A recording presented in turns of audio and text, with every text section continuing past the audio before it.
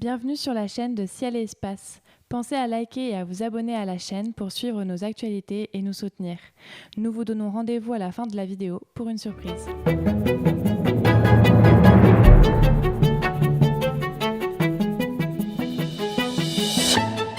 Eh bien, bonsoir à toutes et à tous. Bienvenue dans ce grand entretien de Ciel et Espace, donc réalisé en public à la Cité internationale universitaire en partenariat avec le Club des chercheurs de la Fondation Victor Lyon. Et pour parler astéroïdes, défense planétaire et comment protéger la Terre des cailloux qui la menacent. En compagnie de mon invité, Patrick Michel. On va se tutoyer parce qu'on est amis, il faut bien vous avouer, depuis longtemps. Patrick est directeur de recherche au CNRS à l'Observatoire de la Côte d'Azur. Tu es responsable de l'équipe TOP, c'est-à-dire théorie et observation en planétologie. Tu es depuis peu professeur au département d'innovation et engineering de l'Université de Tokyo, avec une longue histoire, une forte implication dans les missions spatiales Hayabusa 2 et MMX de la JAXA, donc l'agence japonaise pour l'exploration spatiale. Tu es le responsable scientifique de la mission HERA en développement à l'ESA, donc, qui sera lancée en 2024 pour contribuer au premier test de déviation d'un astéroïde en coopération avec la mission DART de la NASA, dont tu es aussi membre. Et tu es le coordinateur du projet NEOMAP, financé donc par la Commission européenne pour contribuer à l'étude de ce qu'il faudrait faire pour protéger la Terre des cailloux qui nous menacent. Vaste programme et je dirais enthousiasme formidable, parce que depuis Astérix et Obélix, tout le monde a retenu que la seule chose que craignaient les Gaulois vraiment, c'est que le ciel ne tombe sur la tête. Depuis quand est-ce que tu dates la concrétisation de cette idée, de cette histoire, de ce mythe en transformation comme une question scientifique? Alors, bonsoir à tous. Alors, c'est une excellente question, effectivement.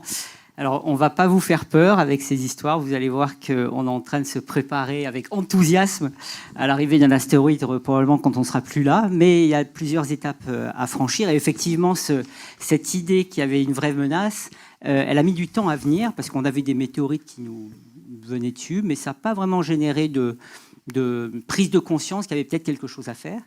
En fait, c'est les cratères sur la Lune qui étaient, pour la majorité des scientifiques, en fait, des volcans. Donc, on se disait, voilà, on a une Lune, il y a des volcans. Sur Terre, on n'expérimente pas, heureusement, des impacts tout le temps. Et c'est quand les astronautes des missions Apollo ont ramené des échantillons de la Lune qu'on a pu constater qu'en fait, le volcanisme sur la Lune était plus existant depuis très très longtemps et que donc ces cratères devaient être des impacts. Et la raison pour laquelle on pensait que ce n'était pas des impacts, c'est parce qu'ils sont tous circulaires, ces cratères. Et les gens pensaient que si un projectile tape la Lune, il arrive à n'importe quel angle. Et si j'arrive avec un angle qui n'est pas vertical, logiquement, mon cratère doit être plutôt allongé, elliptique en forme. Et c'est parce qu'à l'époque, on n'avait pas compris que quand un impact se produit, ça arrive à très haute vitesse et en fait, le projectile explose à une profondeur qui est à peu près équivalente à ce rayon. Donc en fait, l'analogie d'un impact sur une planète, c'est une explosion. Et une explosion, la plupart du temps, enfin, quasiment tout le temps, ça crée un trou qui est circulaire, à moins d'être vraiment très, très, très rarement.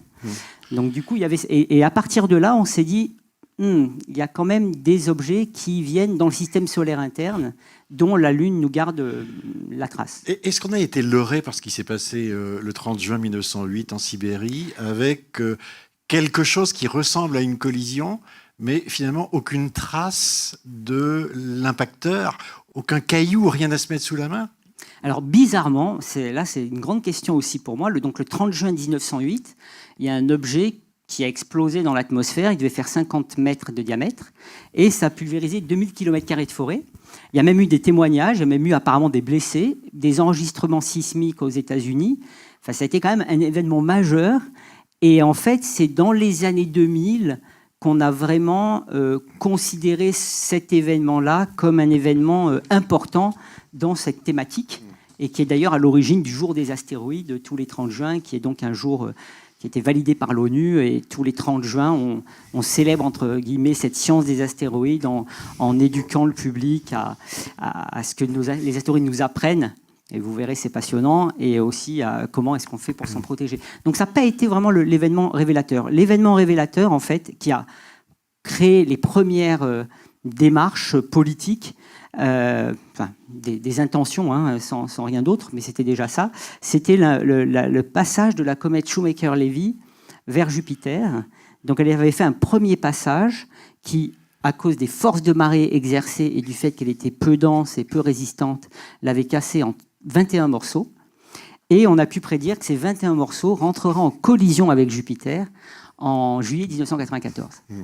Et en fait, évidemment, mais on le voit même pour notre propre vie, hein, il faut qu'on fasse sa propre expérience pour se dire qu'il faut faire quelque chose quand on a un problème. Ouais. Et là, c'était la première fois que l'être humain pouvait observer en temps réel une collision. C'est-à-dire que c'était plus quelque chose qu'on lisait dans les livres. Ça se passait. Et quand on a vu en plus l'effet de ces fragments dans l'atmosphère de Jupiter, on s'est rendu compte que, quand ça arrive, ça peut faire mal. Tu t'en souviens ? Ah oui, je m'en souviens, oui. Oui, c'était 21 impacts sur Jupiter. Sur 7 jours, c'est ça. Sur 7 jours, avec à chaque fois. Ouais, c'était incroyable. Et donc là, c'était vraiment le moment où on pouvait se dire bon, certes, ça arrive pas fréquemment, heureusement, mais ça arrive, et ça arrive à notre époque, puisque c'était en temps réel. Et donc, à partir de là, le Conseil de l'Europe a fait une résolution. Bon, dans des mots, hein, comme toujours, les politiques, avant d'avoir les budgets, déjà, il faut qu'ils aient les intentions. Donc, on a démarré comme ça. Et puis, le Congrès américain, lui, a pris les choses plus au sérieux, puisqu'en 1998, il a demandé à la NASA de découvrir tous les objets potentiellement dangereux plus grands que 1 km, en 10 ans. 1 km, c'est le seuil de taille à partir de laquelle un objet, peu importe où il tombe sur Terre, ça a des effets globaux. Donc là, il y a eu vraiment alors sans beaucoup de budget, mais en tout cas, une exigence côté américain de faire l'inventaire. Les États-Unis déclarent les astéroïdes menace nationale. Alors ça, c'est très intéressant. Et alors, c'est même la Maison-Blanche. Hein. Les rapports sont publiés par la Maison-Blanche. Et ils ont créé un bureau de défense planétaire en 2016 pour pouvoir, avec son budget, et qui fait même des missions, puisque la mission DART a été payée par ce budget-là, et une mission dont on va peut-être parler après, qui veut faire l'inventaire de tous les objets plus grands que 140 mètres depuis l'espace, va être financée par ce programme. Donc il y a vraiment... mais ce qui est très intéressant, alors c'est assez intéressant, c'est qu'en fait, en 2013, c'était 2013, le 15 février, alors petite anecdote, on a maintenant des groupes de travail sous l'égide de l'ONU pour essayer d'organiser une réponse coordonnée à l'échelle internationale à ce problème. Parce que le jour où ça arrive, qui fait quoi ? Si on prédit qu'il y a un objet qui nous arrive dessus, en pratique, qui fait quoi ? Quel pays ? Quelle industrie ? Enfin, le temps qu'on se décide, le truc qui nous est arrivé dessus, et on n'est plus là pour en parler. Donc, en fait, on s'est dit, non, il faut prévoir tout ça en amont. Donc, on a mis, je la fais courte, mais on a mis à peu près une dizaine d'années dans un groupe à l'ONU pour recommander 2 groupes qui essayaient de mener cette action coordonnée. Et on se réunit en 2013 et boum, alors qu'on est en session, il y a un objet qui explose au-dessus de la ville de Chelyabinsk en Sibérie. Chelyabinsk. 35 bombes d'Hiroshima en énergie, à 27 km dans l'atmosphère, il devait faire une vingtaine de mètres. Chelyabinsk, que personne ne connaissait, alors que je crois que c'est en 1994, il y avait un workshop sur les risques d'impact dans cette ville-là. Donc c'était bien choisi, puis le jour où on se réunit à l'ONU, il se trouve que ce jour-là, en même temps, il y avait un objet dont on savait qu'il passait près de la Terre, et là, ça a été panique. Les journalistes pensaient que c'était un fragment de cet objet qui tombait sur Terre, alors que ça n'avait rien à voir. Donc là, la communication, etc. Et pour dire l'importance, c'est que, moi, je suis un petit peu connu par les journalistes dans ce domaine, donc ils m'ont appelé pour savoir ce qui se passait. Par contre, c'est tout. Il n'y a pas eu d'appel, ni de politique, ni rien. Peut-être tant mieux. Mais côté NASA, Charles Bolden, qui était l'administrateur de la NASA, a été convoqué au Congrès, qui lui a dit, mais... c'est quoi ça ? Comment ça se fait ? La NASA n'a pas vu venir cet objet-là. Et il a été malin. Il a dit, écoutez, ça fait des années que je demande du budget pour ça. Si vous ne me le donnez pas, on ne peut pas savoir. L'état des lieux aujourd'hui. Combien connaît-on d'astéroïdes ? Combien sont dangereux ? Combien sont inconnus ? Et comment sait-on ce qu'on ne connaît pas ? Alors c'est vrai qu'on a démarré vite. Donc déjà, les astéroïdes, la plupart sont entre Mars et Jupiter, dans une ceinture qu'on appelle la ceinture principale. Alors, il y en a des nombreux. Hein. Le plus gros fait 950 km de diamètre. On descend très vite en taille. On a à peu près 1 million de corps plus grands que 1 km. Mais si j'étais Han Solo dans mon Faucon Millennium, je traverserais la ceinture sans en voir aucun, parce que même s'ils sont nombreux, l'espace est très grand. Hein. Ils sont tout petits. Donc, au contraire, il faut jouer avec toutes les lois de la mécanique céleste pour espérer atteindre un de ces objets-là. Donc là, on a beaucoup de corps, mais ça représente 1/1000 de la masse de la Terre. Hein. Et la plupart de la masse, d'ailleurs, est dans les gros. Donc ça, c'est dans la ceinture. Ensuite, on a une population dont la plupart vient de la ceinture des astéroïdes, on pourra évoquer pourquoi, et qui sont donc ces fameux géocroiseurs. Et là, on a à peu près 1000 corps plus grands que 1 km de diamètre. Ça y est, on a fait le recensement de plus de 90% d'entre eux. Et le reste, ce n'est pas les plus dangereux, parce que c'est ceux qu'on ne peut pas voir, parce qu'ils sont sans arrêt de l'autre côté du Soleil quand la Terre est... Donc du coup, ils ne sont pas dangereux. Enfin, c'est ce qu'on pense. Et ensuite, on a à peu près 16 000 corps plus grands que 140 mètres. Donc pourquoi je prends ces tailles-là? 1 km, je vous l'ai dit, c'est le seuil de catastrophe à l'échelle du globe. 140 mètres, c'est un impact à l'échelle régionale. C'est plusieurs milliers de bombes d'Hiroshima en énergie. Et là, on n'en connaît que 40%. Donc on aimerait bien découvrir les 60% restants. Et c'est avec les grands télescopes, le Vera Rubin là, en construction, enfin, qui devrait être actif l'année prochaine, et les autres, il faudrait des décennies. Alors que depuis l'espace, on peut le faire en 10 ans. Donc l'idée, c'est l'idée de la mission NEO Surveyor de la NASA, qui devrait être lancée en 2028, c'est en se mettant sur un des points stables qu'on appelle le point de Lagrange entre la Terre et le Soleil, on peut faire l'inventaire et le suivi de ces objets en 10 ans. Donc ça veut dire qu'on devrait, d'ici 2040, avoir une bonne connaissance de la menace à court terme, probablement nulle, parce que les fréquences d'impact, c'est les dizaines de milliers d'années pour ces objets-là, et au moins pouvoir anticiper, on verra plus tard, j'anticipe aussi, qu'on a intérêt à pouvoir anticiper si un truc nous arrive dessus. Comment sait-on qu'il y a 60% d'inconnus? Comment détermine? Ah oui, alors ça c'est... Comment est-ce qu'on détermine effectivement, ça? Parce que si on le sait, c'est qu'on les connaît tous. Tu n'as pas répondu à la question. Voilà. Alors comment sait-on qu'il y a 60% d'inconnus? En fait, on a fait des modèles de population de ces objets, purement théoriques. C'est-à-dire qu'on a, dans les années 2000, identifié d'où ils viennent. Donc ils viennent de la ceinture des astéroïdes, hein, entre Mars et Jupiter. Et dans cette ceinture, il y a des zones qui sont à des distances moyennes au Soleil fixes, et dans lesquelles, si un objet tombe là, sa trajectoire circulaire entre Mars et Jupiter s'allonge et finit par croiser la Terre. Et ces zones, on appelle les résonances. Donc il y a un truc très simple. Il y a à 2,5 fois la distance Terre-Soleil une résonance avec Jupiter qu'on appelle 3/1. Vous allez voir, c'est simple. Quand l'astéroïde est là, il fait 3 tours autour du Soleil en même temps que Jupiter fait un tour. Donc il y a une proportionnalité avec un nombre entier entre la période orbitale de l'astéroïde et celle de Jupiter. Donc on a la résonance 3/1, 3 fois une fois, la résonance 5/2, et ça correspond à des distances moyennes au Soleil fixe. Donc les astéroïdes évoluent dans la ceinture, ils se rendent dedans, ça crée des fragments, ces fragments peuvent diffuser lentement dans ces résonances et boum, être envoyés vers la Terre. Okay, donc ce qu'on a fait, c'est qu'on a fait des simulations en partant de cette ceinture, de ces résonances-là, et on a regardé comment les objets se distribuaient dans le système solaire interne une fois qu'ils croisaient la Terre. Alors évidemment, ça dépend de combien j'en mets dans la résonance 3/1, dans la 5/2. Je n'ai pas tout à fait la même population en fonction de comment je sais laquelle est la bonne. Alors je le sais parce que ce qu'on fait, c'est qu'une fois qu'on a créé une population synthétique, hein, en balançant des objets dans les résonances, on simule leur observation avec les télescopes terrestres en appliquant les biais de ces observations. Donc je connais les biais, je les applique et je regarde quelle est la population qui me reproduit celle observée avec les bons biais.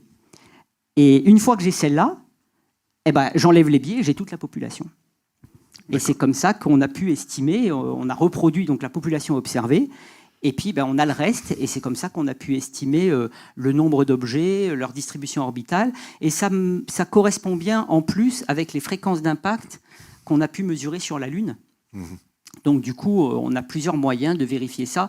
Donc c'est comme ça qu'on sait qu'un objet de 1 km de diamètre tombe en moyenne sur Terre tous les 500 000 ans.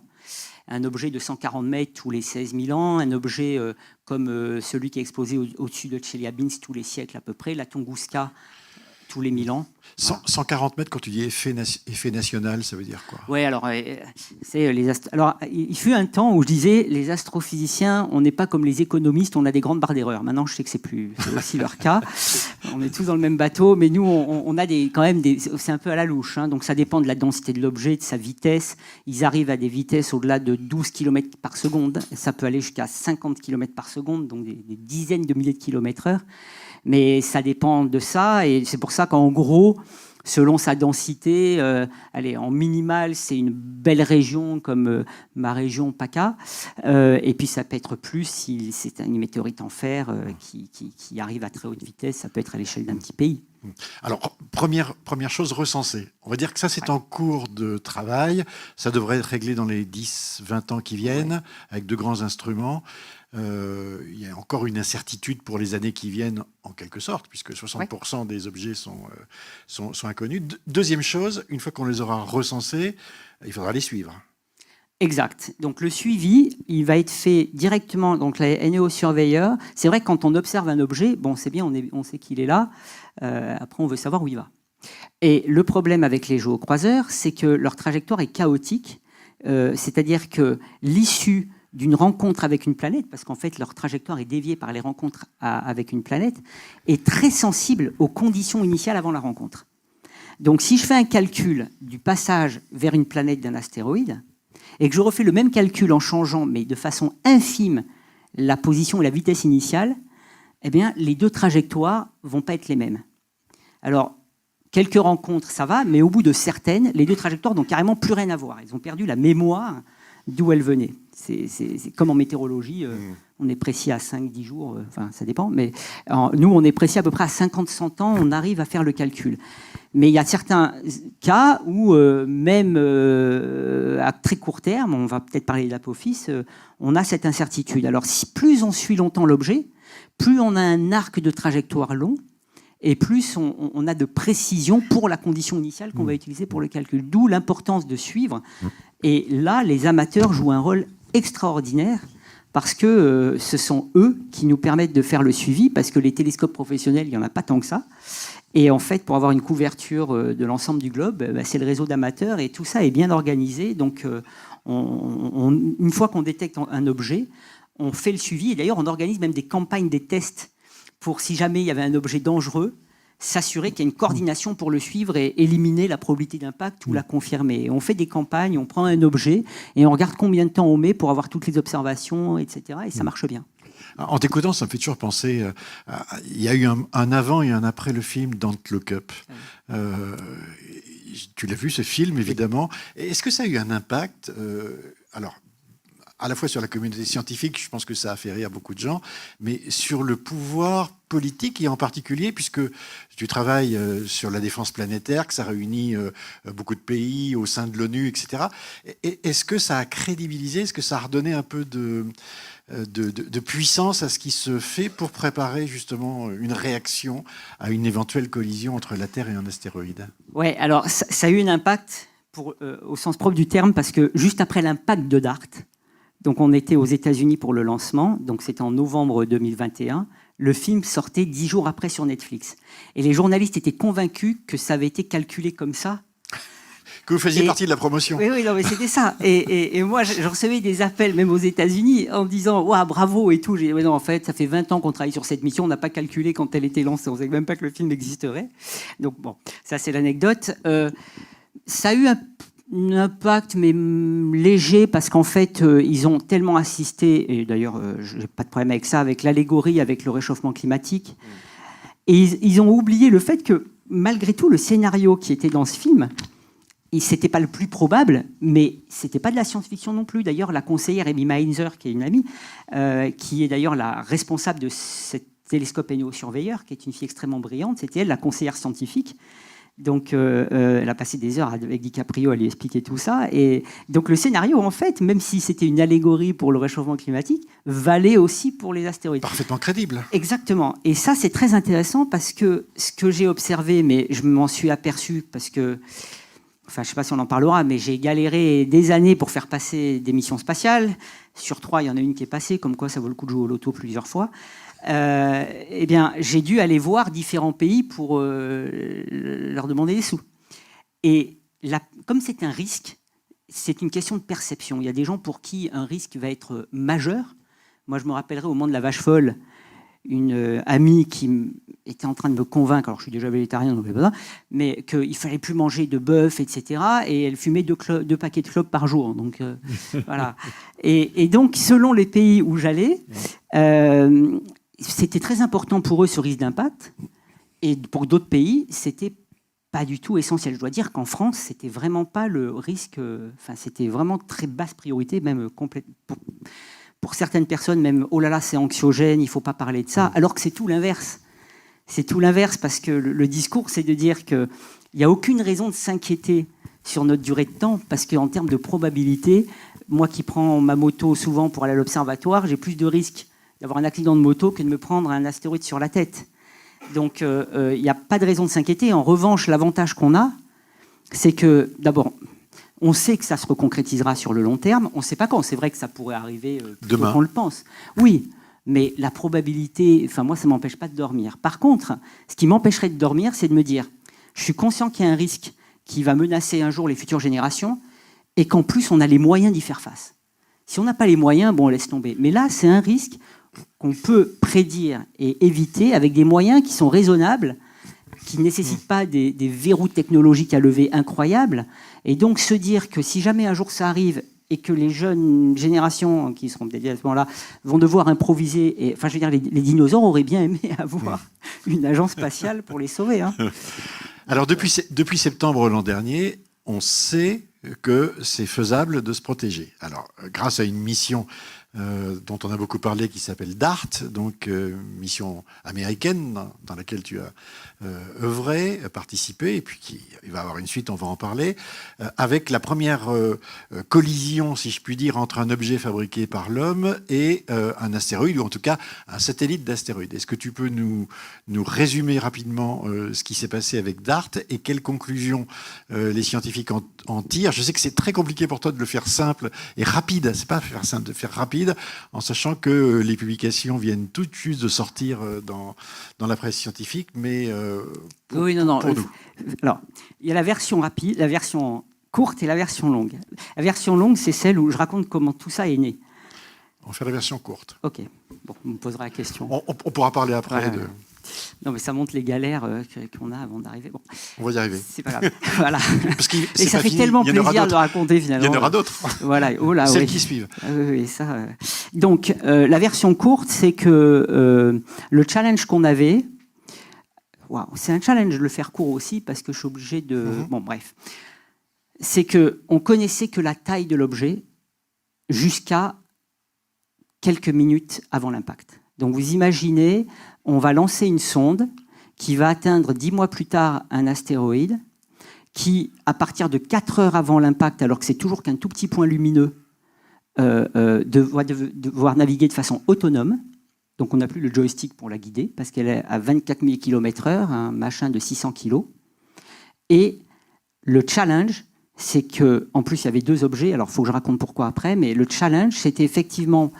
à 24 000 km/h, savoir identifier un objet dont on ne connaît que la taille, qui peut avoir une forme très bizarre, et arriver à s'orienter par elle-même pour taper dedans.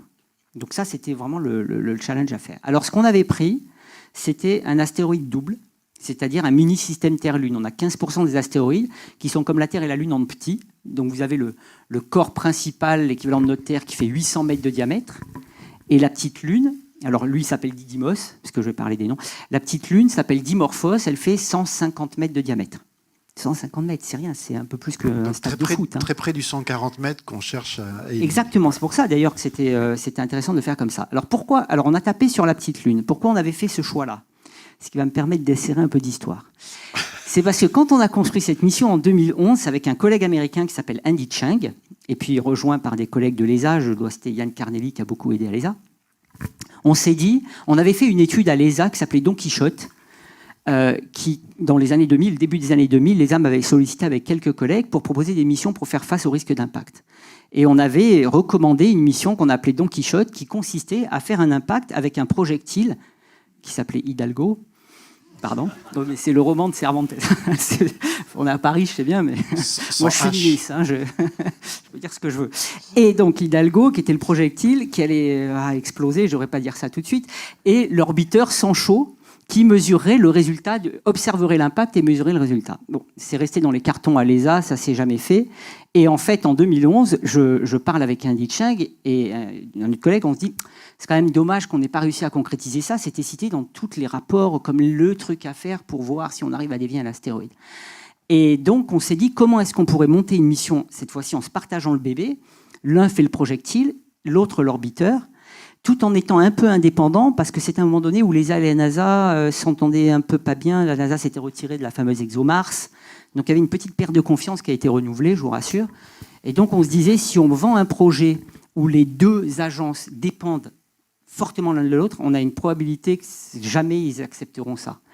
Donc on se disait, bon, un orbiteur pour aller voir un géocroiseur, de toute façon, caractériser ses objets, c'est important, ça fait partie de la feuille de route, il faut connaître son ennemi alors que c'est des amis, mais il faut savoir de quoi ils sont faits, donc ça va. Si on fait qu'un orbiteur qui n'a pas de projectile, de toute façon, on répond quand même à une partie de la question. Mais la question clé, c'est de savoir, mais si on n'envoie que le projectile, est-ce qu'on peut n'envoyer que le projectile et mesurer quelque chose, une déviation? Et c'est là qu'on est arrivé avec l'astéroïde double, on s'est dit, mais attends, si on tape sur un objet qui tourne autour du Soleil, et qu'on observe depuis la Terre. Donc il faut qu'il passe assez près de la Terre. Mais en fait, les vitesses autour du Soleil sont de plusieurs dizaines de kilomètres par seconde. Si on envoie une sonde, on l'avait calculé, elle est à 10 kilomètres par seconde, on va faire une déviation. Mais elle sera tellement lente qu'il faudra des mois pour la mesurer. Et elle sera tellement faible que même depuis la Terre, on n'y arrivera pas. Par contre, si on tape sur la Lune d'un astéroïde double, la Lune, elle tourne autour de son astéroïde double en général en quelques centimètres, dizaines de centimètres par seconde. Donc si on tape à très haute vitesse, la déviation va être instantanée. Et donc il s'agira depuis la Terre de mesurer la période, le temps que met la Lune pour tourner autour de son corps central avant.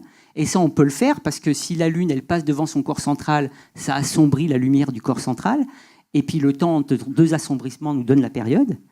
Et si on le fait après l'impact, ben la différence de temps, c'est le changement de période orbitale. Donc on avait vu en 2011, on est vite allé voir, on était au Caltech à Pasadena à ce moment-là, on est vite allé voir dans les catalogues, on a vu qu'un objet en 2022 passait près de la Terre, un objet double Didymos. On s'est dit, bon allez, le temps de se battre pour avoir les fonds, monter la mission, ça peut le faire. Et donc on a choisi cet objet-là pour cette raison-là, c'est-à-dire il passe à 11 millions de kilomètres de la Terre en 2022. Nos collègues observateurs nous disent, parfait pour mesurer la période orbitale, de telle sorte que s'il n'y avait que le projectile, eh bien, on avait une partie de l'information. Tu sais que tu es en train de faire la version longue alors que je t'ai demandé la courte. Hein. Je me suis rendu compte en temps réel, mais c'était trop tard. Donc que s'est-il passé Que s'est-il passé à ce moment-là? Alors, ce qui s'est passé, ce qui était génial, c'est qu'il faut que vous vous rendez compte que cet objet-là, donc on ne connaît que la taille, on avait un modèle de forme du corps principal, parce qu'il était passé en 2003, je pense, près de la Terre, et quand un objet passe suffisamment près de la Terre, on peut l'observer par les radars. Et avec les radars terrestres, on a, par rapport à des télescopes optiques, accès à un modèle de forme qui est un peu plus fidèle. Encore que ça reste un modèle mathématique, mais par contre, on n'avait rien sur la Lune, à part la taille. Donc on a travaillé avec un modèle mathématique de ces deux objets jusqu'à l'impact quasiment. Et donc, le jour de l'impact, on était au laboratoire en charge de DART, dans la salle avec tout le monde, et on voyait en temps réel arriver les images. Et on avait convenu avec la NASA, et ça c'est super que la NASA ait fait ça, de rendre public directement, en temps réel, les images qui arrivaient. Ce qui comportait un risque, hein, parce que si la mission ratait son coup, c'était vu en réel. Hein. Et il y a eu des centaines de millions de personnes qui sont connectées. C'était à minuit et demi en France, donc ceux qui n'étaient pas encore en boîte de nuit, ils avaient peut-être une chance de voir. Les autres, ils étaient couchés. Donc, aux États-Unis, c'était à 7 h le soir, ça allait. Donc du coup, il y avait beaucoup de monde. Et de me dire que j'étais en train de voir en temps réel les premières images et qu'on donnait au public ce bonheur de vivre enfin ce que moi j'avais déjà vécu dans d'autres missions, mais je me disais c'est fou, c'est trop bon, j'ai envie de partager ça avec le monde entier. C'était super, parce qu'on était aussi ignorant que le public. On découvrait vraiment. D'ailleurs, il y a une vidéo qui a été faite, qui est circulée après sur les réseaux, où je crie comme un fou. Bon, le ridicule ne tue pas, donc ça va. Et puis, si ça peut permettre aux jeunes de voir qu'on s'éclate en faisant de la science, c'est bien. Mais voilà, on a découvert, et en fait, lorsqu'on a commencé à retransmettre, c'était 1 heure avant l'impact, on voyait encore pas grand-chose. C'est vraiment dans les dernières minutes, parce qu'à 24 000 km/h, on est très loin jusque...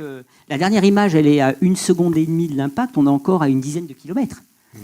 Donc, et de voir s'approcher et enfin découvrir les images réelles de Dimorphos, qui ressemblaient à une espèce de petite goutte avec plein de rochers à la surface, alors que c'est un objet de 150 mètres de diamètre. Donc 150 mètres, ça veut dire que pour vous échapper de sa gravité, il faut sauter à 6 cm par seconde. C'est-à-dire que là, quand Alain me dit de me calmer, que je suis excité, je suis déjà en orbite. Tout est sensible. Donc on se demande comment il peut y avoir autant de rochers qui tiennent alors qu'il y a peu de gravité comme ça. Ce qui, d'ailleurs, nous a montré avant l'impact que le projectile allait taper dans un champ qui n'est pas une plage de sable à Saint-Tropez. C'était vraiment très caillouteux et ça a créé des complications pour les modélisations. Juste pour bien comprendre, est-ce qu'il y avait d'autres hypothèses ou d'autres solutions pour dévier un astéroïde, autre que la collision? Est-ce que c'est ce qui est le plus probable pour fonctionner? Évidemment, sur le papier, il y a plein de trucs qui marchent. Mais quand on les met en pratique, c'est plus compliqué. Donc je dirais, ce qu'on cherche à faire, c'est à utiliser une technique qui nécessite le moins de connaissances a priori. Parce que hypothèse égale risque. Risque égale coût. Erreur d'ailleurs, on ne devrait pas mettre de budget sur les risques. Mais enfin, pour la défense planétaire, on veut minimiser les risques. Comme je dis, c'est génial parce qu'à chaque fois qu'on va voir un astéroïde, on est surpris, c'est extraordinaire. Je pense que quand il s'agit de se protéger de l'impact, on n'aimerait pas être surpris. C'est ça le but. Donc le truc, c'est que justement, pour ne pas être surpris, il faut qu'on envisage une technique qui ait besoin du minimum d'informations pour dévier l'objet. Parce que depuis la Terre, on n'a pas du tout accès aux propriétés de surface d'un astéroïde, ni aux propriétés internes, qui sont celles qui comptent pour dévier un astéroïde. Si je veux poser un outil pour forer, je ne vais pas faire le même outil pour un truc en sable et pour une roche dure. Donc du coup, et comme je ne le sais pas à l'avance, ça rend complexe la conception au départ. Donc pour dévier un astéroïde, impacter un objet, il faut quand même de la connaissance. Idéalement, il faudrait connaître sa masse, sa structure interne, etc. Mais on peut essayer de maximiser la chose. C'était le rôle de DART d'ailleurs, de faire à l'aveugle et voir si ça correspond à nos prédictions. Après, il y a une autre technique, c'est le tracteur gravitationnel. Donc là, c'est simplement, on ne touche pas l'astéroïde, on se met à côté de lui. Donc mettons que le micro, c'est l'astéroïde. Je vais essayer de ne pas l'enlever pour point. Le micro, c'est l'astéroïde et ça, c'est la sonde. Donc j'approche la sonde et j'attire l'astéroïde par la masse de la sonde vers la sonde. Et ça, c'est super parce qu'on a besoin de quasiment aucune connaissance, à part idéalement la masse de l'astéroïde, mais on peut éventuellement jouer sur la distance pour l'attirer. Par contre, ça nécessite de le faire sur un temps assez long, parce qu'on peut envoyer des trucs énormes dans l'espace, donc c'est une déviation qui est très lente. C'est ce qu'on appelle en anglais un slow push. On se met à côté et puis on dévie petit à petit, sachant que les opérations à proximité d'un petit corps qui n'a pas de gravité, qui tourne sur lui-même, qui peut avoir une forme irrégulière, c'est super compliqué. On a fait des missions de retour d'échantillons d'astéroïdes et les Japonais, par exemple, ne se sont jamais mis en orbite autour du corps. Ils l'ont suivi. Les Américains, avec la mission d'Irisac, se sont mis en orbite. C'est très compliqué. L'espace reste compliqué. Les manipulations à proximité, sachant que parfois, on pourrait être obligé de le faire quand l'astéroïde est très loin. Donc, il faut de la navigation autonome. On est en train d'apprendre. Donc, ce n'est pas infaisable. Encore une fois, ce n'est pas une question de lever un verrou technologique. C'est qu'il faut tester la chose et puis apprendre à le faire. Voilà. Donc ça, c'est la deuxième technique, tracteur gravitationnel, qui a une conséquence géopolitique quand même à considérer. Ah oui. Parce que comme, évidemment, ça peut marcher que pour dévier des petits objets, on ne peut pas dévier un objet de 1 km, il faut envoyer un énorme truc. Donc ça peut dévier que des objets qui font des dégâts régionaux, puisqu'ils sont petits. Et c'est une déviation, contrairement à l'impacteur où on essaie de s'assurer qu'on dévie, mais on ne sait pas exactement de combien, ça dépend de tellement de choses. Là, on contrôle la déviation. Donc, on contrôle la déviation d'un objet petit qui fait des dégâts régionaux. Le truc. Donc c'est pour ça que c'est bien qu'on ait à l'ONU un groupe de travail qui s'occupe des affaires légales pour essayer de voir. Après, ce que tu veux dire, c'est qu'un dictateur bien équipé d'un tracteur gravitationnel pourrait... avant qu'il maîtrise, on a encore le temps. Ben, profitons du dictateur et la méthode brutale, celle employée par Bruce Willis dans Armageddon, qui consiste à faire péter une bombe atomique à proximité ou sur l'astéroïde. Ça reste quelque chose qui est considéré comme étant c'est pour ça qu'on a fait Dart, pour éviter d'avoir sacrifié Bruce Willis. Oui, je comprends bien. Mais ça n'aurait pas suffi. Pour un gros corps, c'est vrai que...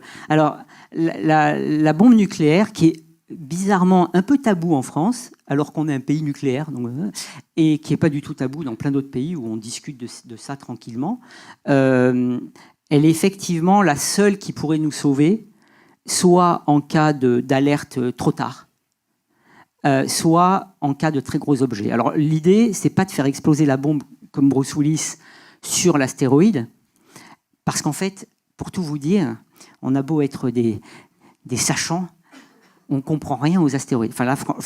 J'exagère un petit peu, mais pour toutes ces problématiques-là, les missions qui ont interagi avec la surface des astéroïdes pour récolter des échantillons nous ont montré à quel point la réponse mécanique de ces objets est contre-intuitive.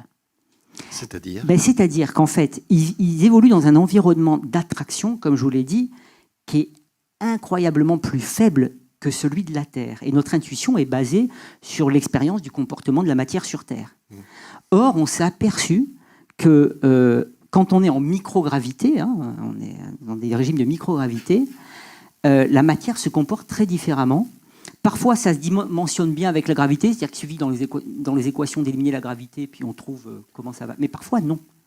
Et en plus, on s'est aperçu que les images peuvent être trompeuses, parce qu'on peut voir une surface qui paraît solide parce qu'on voit des rochers, et qui, quand on la touche, n'a pas de réaction, comme si on s'enfonçait dans du beurre mou.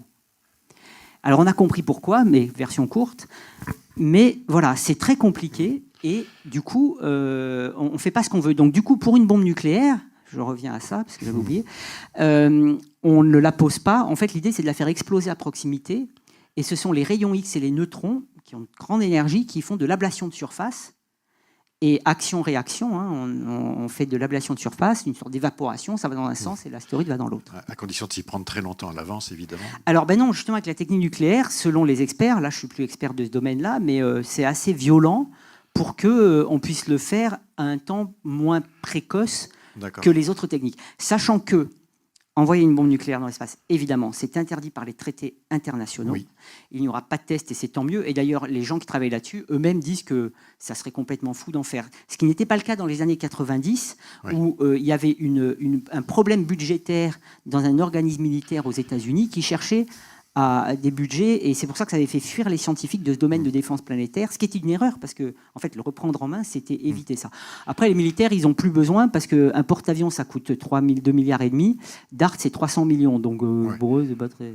Alors, je ne veux pas perdre mon fil. La collision a lieu entre DART et donc ce petit satellite d'un astéroïde, et vous remarquez que ça marche.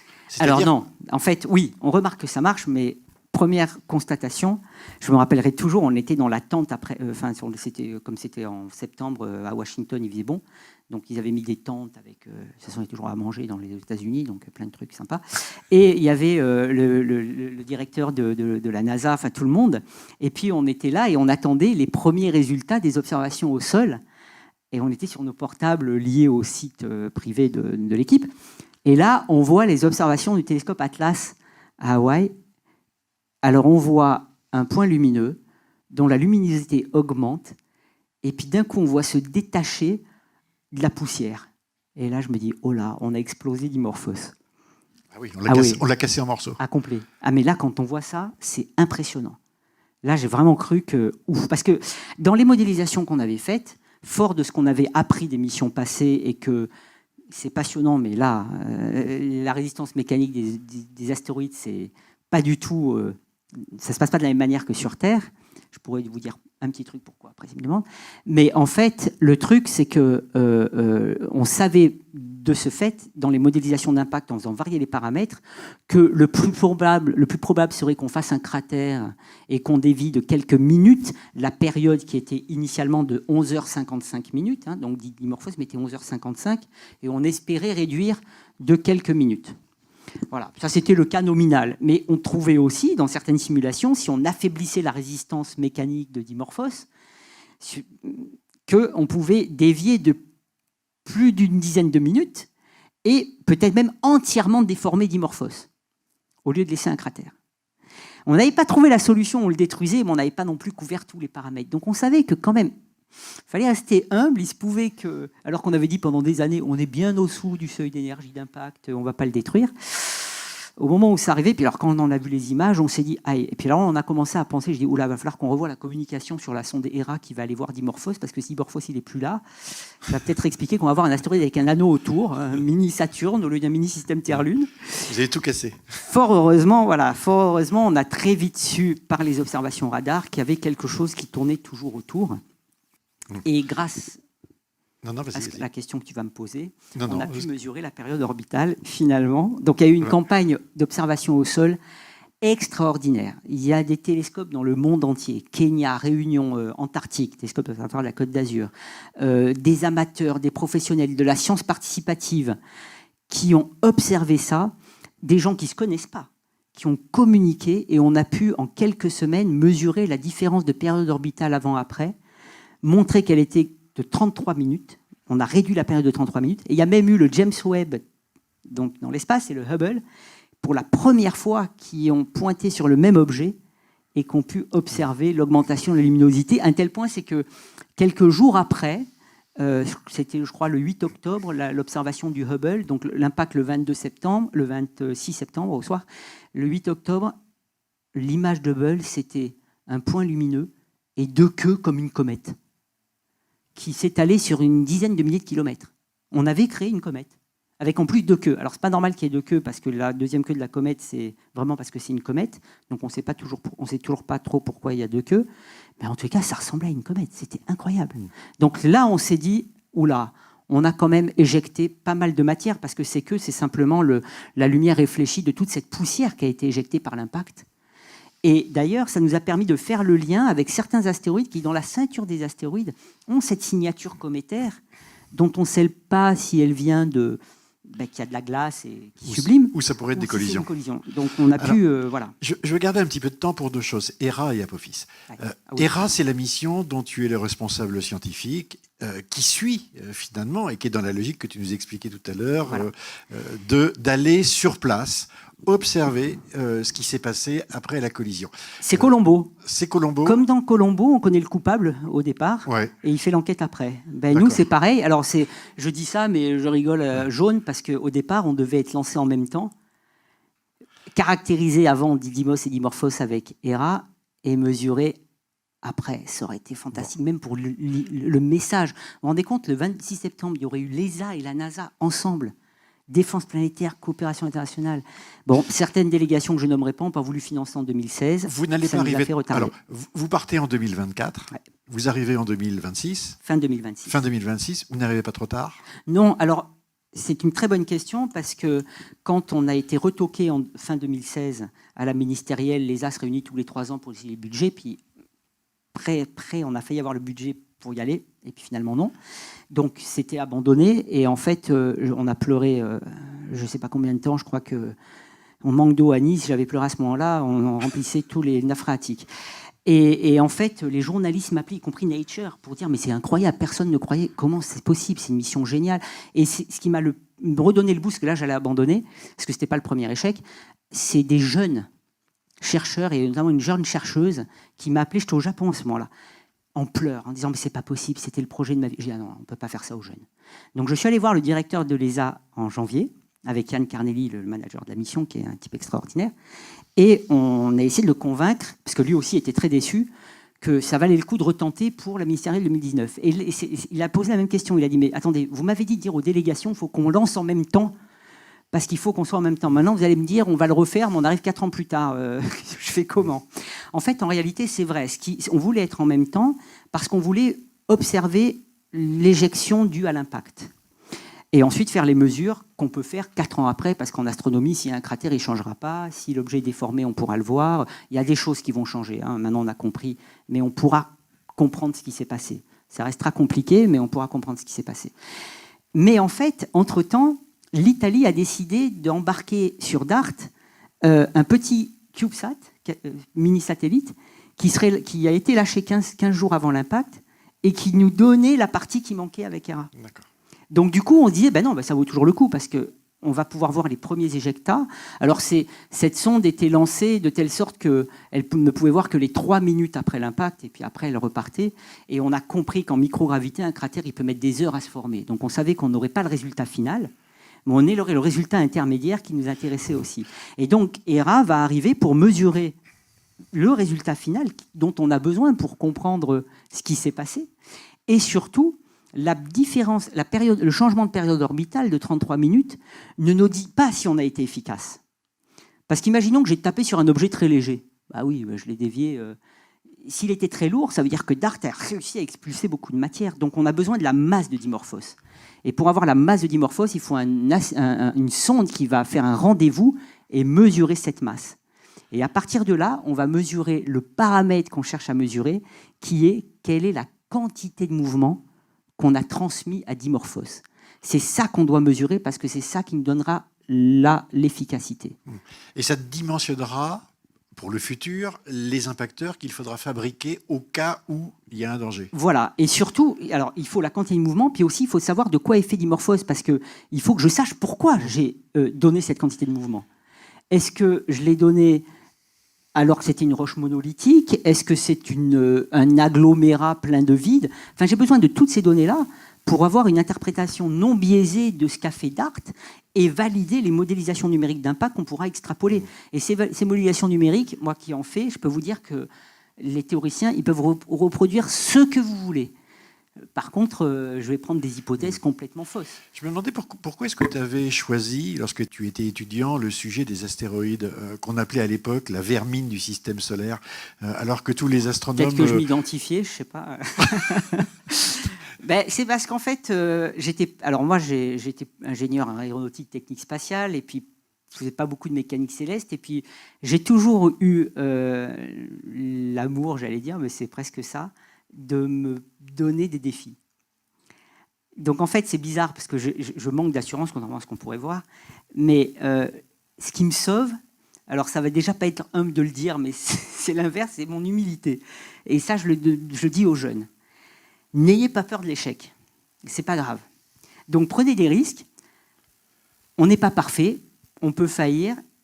Ce qui compte, c'est d'apprendre de ces échecs pour aller plus loin. Et donc en fait, j'ai toujours tout osé dans ma vie, parce que je me suis toujours dit que de toute façon, comme je ne me prends pas pour un génie, si j'y arrive pas, c'est pas grave. Ça confirmera que je ne suis pas fait pour ça. Je n'ai pas l'ego de me dire que je suis capable de tout faire. Et donc, du coup, mais comme je suis intéressé partout et que j'aime bien justement me tester, quand il y a eu une thèse sur les astéroïdes qui a été proposée quand j'ai voulu faire un doctorat, et que je ne comprenais rien à ce que la personne qui proposait la thèse racontait, j'ai choisi ça. D'ailleurs, les collègues dans le DEA à l'époque, ça s'appelait, m'ont dit « Mais attends, mais t'es fou, c'est incompréhensible. » J'ai dit « Oh, mais c'est ça que j'aime. » Et c'est comme ça, parce qu'en fait, au départ, les premières études sur les astéroïdes, c'était vraiment de la mécanique céleste, comprendre leur mouvement. Ouais. À l'époque, les ordinateurs n'avaient pas la puissance qu'ils avaient maintenant, donc on faisait beaucoup de théories analytiques, des trucs au départ où je ne comprenais rien.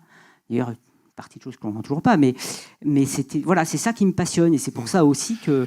J'ai l'impression que tu as un certain goût pour la politique aussi, dans la mesure où, je dirais, la défense planétaire suppose de faire travailler des équipes internationales ensemble, de réunir tous les pays et de dire, bon, attention, c'est une menace commune, ou en tout cas un défi commun à relever.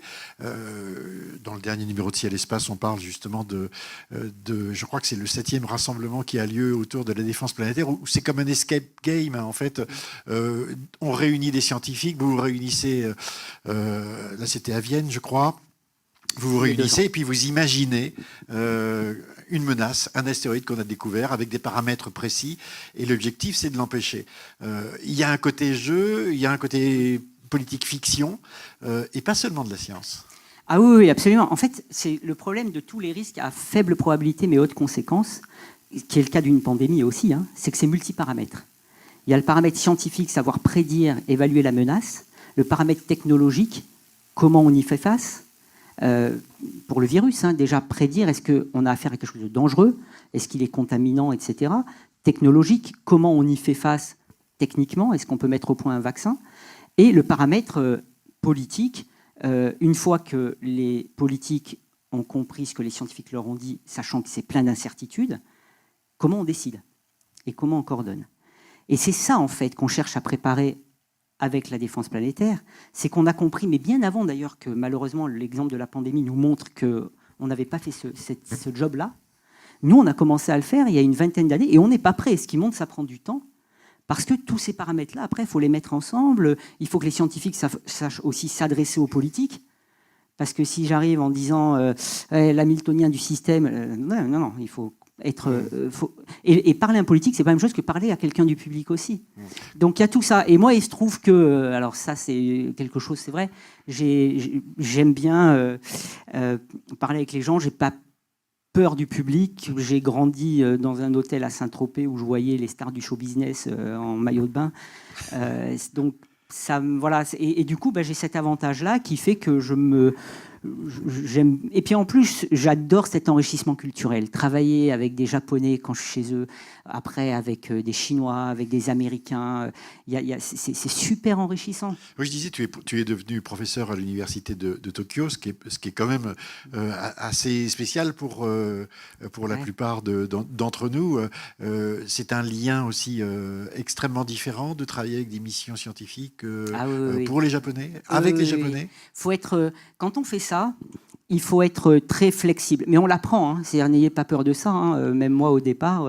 Donc lancez-vous. Moi, c'est vraiment le discours que je dis aux jeunes. Vous allez vous éclater de toute façon. Puis si on vise pas haut, si on vise haut, au pire, on tombe un peu plus bas. Mais si on vise pas haut dès le départ, on ne montera pas. Donc il faut. Et quand on vise l'eau et qu'on atteint, parfois, on touche à des choses extraordinaires. C'était viser la Lune parce que si vous la ratez, vous tomberez dans les étoiles.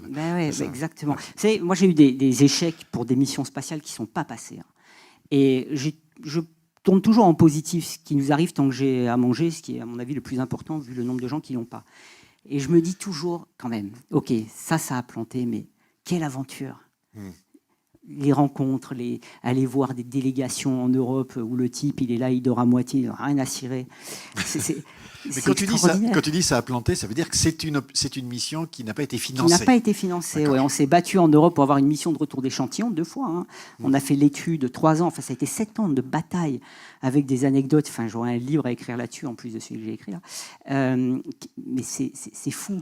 Et de pouvoir accéder à ça, c'est-à-dire vraiment d'être avec les politiques, de comprendre comment ça marche, ça montre aussi, et ça c'est important, que être un homme politique, c'est pas facile quand même, parce que les décisions sont complexes. Et même moi qui fais partie de certains comités, on fait des choix et après mes collègues disent « Ah, mais pourquoi vous avez choisi ça ?» etc. Mais en fait, quand on voit ça d'un regard extérieur, on a l'impression qu'il n'y a qu'à, c'est simple. Mais il y a tellement de paramètres. Et on le voit dans la situation des exercices de défense planétaire où en fait c'est quelqu'un une seule personne a le scénario en tête et il nous donne au compte-gouttes les informations pour qu'on mette en place. Alors, une fois, je me suis mis dans le groupe de travail de ceux qui décident de la méthode de déviation. Donc, j'étais avec Rusty Schweikart, qui était un des astronautes d'Apollo et qui adorait ça. Alors déjà, ça barre mal parce qu'on commence par s'engueuler tous, on n'est pas d'accord. C'est pour ça qu'il vaut mieux préparer ça à l'avance pour savoir quelle méthode. Mais après, je suis allé dans le groupe qui décide. Et là, quand on vous dit, voilà, là, il y a un astéroïde qui va... Maintenant, on est sûr il va tomber sur New Delhi. Et là, le politique, il dit, OK, on est sûr qu'il tombe? Pas sûr. Selon la densité, il peut exploser très haut dans l'atmosphère, il ne fera rien. Selon la densité, il peut éradiquer New Delhi. Alors, on évacue ou pas? Vous évacuez tout New Delhi, il n'y a rien qui se passe. Ouais. Vous pouvez... Je comprends pourquoi tu t'es rapproché de Fukushima. C'est ça, ouais. Alors, il y a une chose, je sais, qui est importante pour toi, c'est dans un peu moins de 6 ans maintenant, ça sera le 13 avril 2029. Vendredi. Un vendredi 13 avril 2029. Ouais. Un astéroïde donc bien connu des astronomes professionnels et amateurs qui s'appelle Apophis.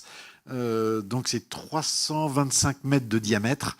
va s'approcher de la Terre à seulement 31 600 km. D'abord, on en est sûr, Oui. parce que c'est très près, 31 600 Oui, km. mais j'ai toujours des emails de gens qui me font des équations que je ne sais pas d'où ils sortent et qui disent qu'il va tomber sur Terre. Mais non, Alors, je peux vous rassurer sur non. Pourquoi Apophis est célèbre et pourquoi est-ce que celui-ci t'intéresse particulièrement? Ouais. Alors, version courte. Apophis est célèbre parce qu'en 2004, on l'a détecté et les premières estimations nous donnaient collision le vendredi 13 2029.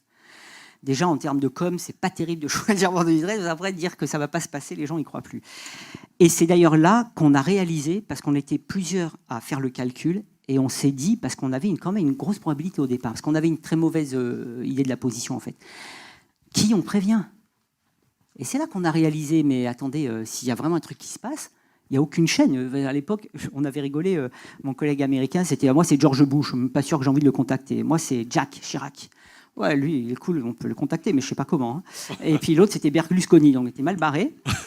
Et en fait, après, on a découvert qu'il ne rentrait pas en collision en 2029. On a eu plusieurs solutions de collision en 2036, 2068 qu'on a écartées, donc il n'y a aucun danger de cet objet. Et on sait précisément où il va venir, à 31 600 km. Et ce qui est extraordinaire, vraiment génial, c'est qu'on va le voir à l'œil nu de l'Europe, de l'Ouest et de l'Afrique du Nord.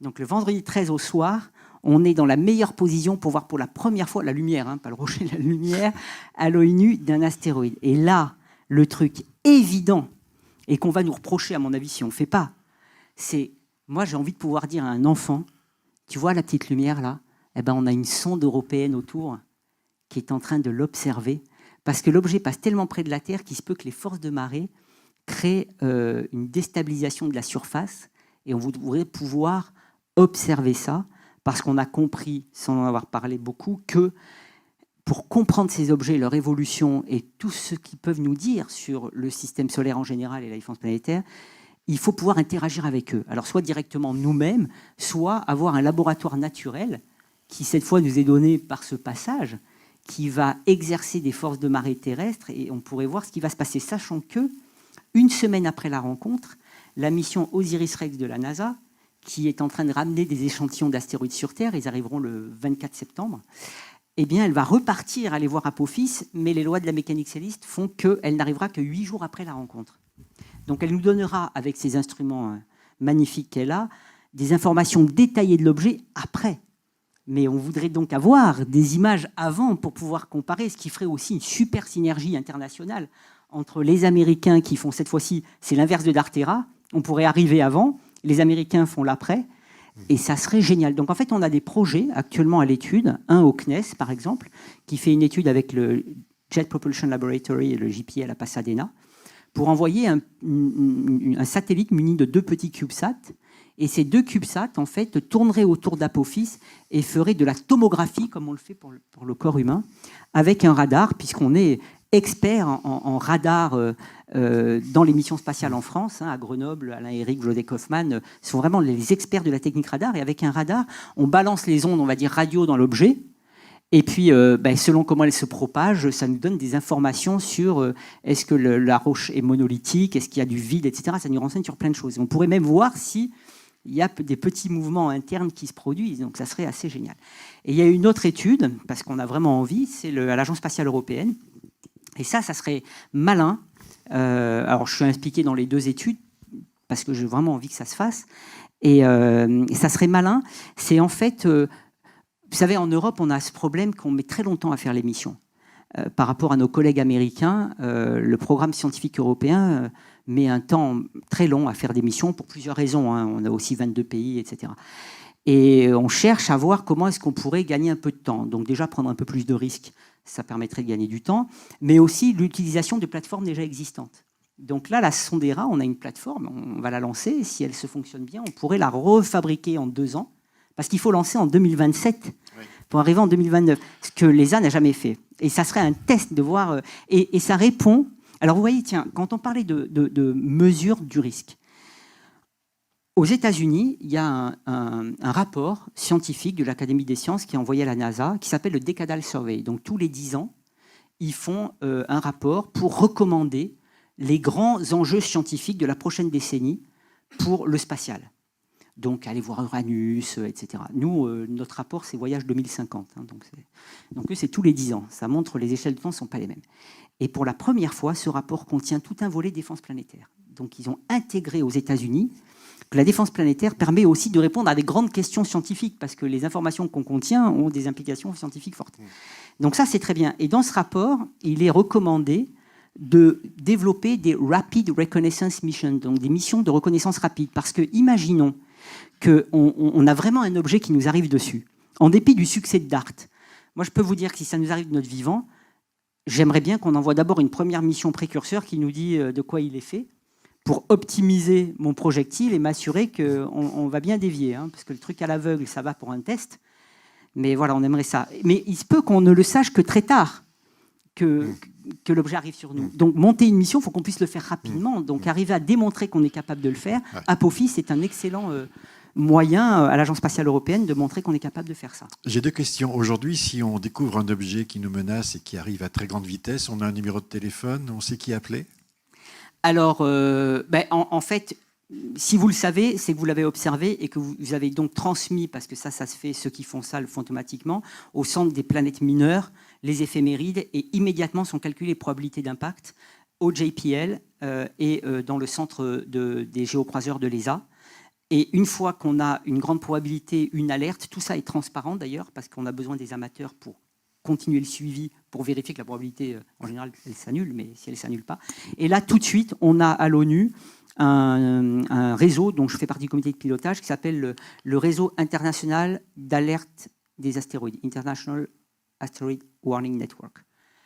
Et c'est lui qui, à partir de ça, maintenant on est en train de définir des critères. Bon, là, pour l'instant, on ne fait rien. Ou alors, là, on a quand même un problème et on a un autre groupe de travail qui représente les agences spatiales à qui on dit, voilà, là, on a un problème, les agences décident de mettre en place quelque chose. Tu sais que tu n'es pas encore très rassurant, parce que si ta réponse est de dire, on appelle l'ONU... Mais absolument. Tu as tout à fait raison. Le problème qu'on a, mais ça sera un problème, c'est le problème toujours, hein, c'est que même l'ONU n'a pas autorité. Il y en a qui ont fait des guerres sans l'accord de l'ONU. Hein. Oui. Donc, il n'y a pas d'autorité mondiale. Ça, de toute façon. Donc, ce qu'on espère, c'est qu'en établissant des protocoles qui semblent fonctionner, que les décideurs choisiront cette simplicité de les mettre en œuvre plutôt que de se triturer la tête à vouloir inventer des choses. Ouais. C'est ce qu'on espère. Mais, un comité Théodule qui puisse utiliser. Voilà. Il existe un astéroïde Patrick Michel. Oui, il est dans la ceinture. Aimerais-tu qu'il rentre en collision avec la Terre? Ça, si je reste dans l'histoire. Remarque, s'il tue tout le monde, on ne le saura pas.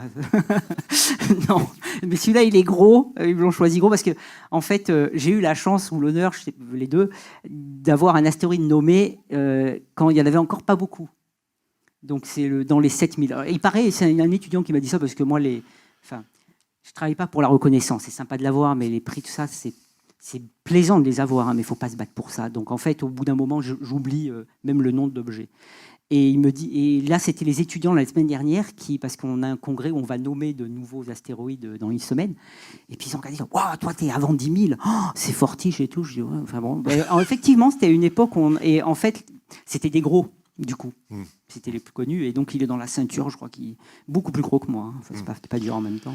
Mais... Et pour conclure, que dirais-tu à quelqu'un qui, aujourd'hui, t'écoute, qui est jeune, qui se dit « Waouh, ça a l'air génial comme travail, je peux voyager, je m'intéresse à plein de choses, il y a plein de choses à faire. » Quel conseil tu donnerais à quelqu'un qui voudrait faire ton métier? Qui voudrait faire mon métier? Alors, je prendrais la formule, je crois que c'est Détouche qui a dit ça, faites-le parce que vous ne savez pas que c'est impossible. Et en général, vous y arrivez dans ce cas. Non, en fait, faire le métier de chercheur, alors c'est un débat, c'est extrêmement difficile, mais je dirais si c'est ce que vous voulez faire et que c'est pas autre chose, parce que c'était mon état d'esprit quand ma directrice de thèse m'a dit ça, il faut y aller. Mais il y a plusieurs conditions à réunir et qui sont des conditions que je vous conseille quoi que vous fassiez. Et essayez de vous trouver une passion ou quelque chose qui vous intéresse fortement. Soyez persévérant, c'est-à-dire que si vous vous donnez un objectif, ne laissez pas tomber au premier échec. Soyez passionné, prenez les problèmes non pas comme des difficultés mais comme des défis à relever Et entourez-vous de gens compétents, parce qu'on ne fait rien tout seul, qui vous donnent une expertise que vous n'avez pas, et vous arriverez à relever des défis incroyables, mais incroyables. Moi, je suis encore un gamin dans ma tête, mais ça je le resterai, et je réagis comme un gamin. D'ailleurs, quand j'ai crié dans la salle, c'est parce que je n'en reviens toujours pas d'avoir accédé à ça. Parce que quand j'étais jeune et que je voyais certains scientifiques faire ce qu'il faut, jamais j'aurais imaginé. Donc, vous voyez, c'est pas impossible.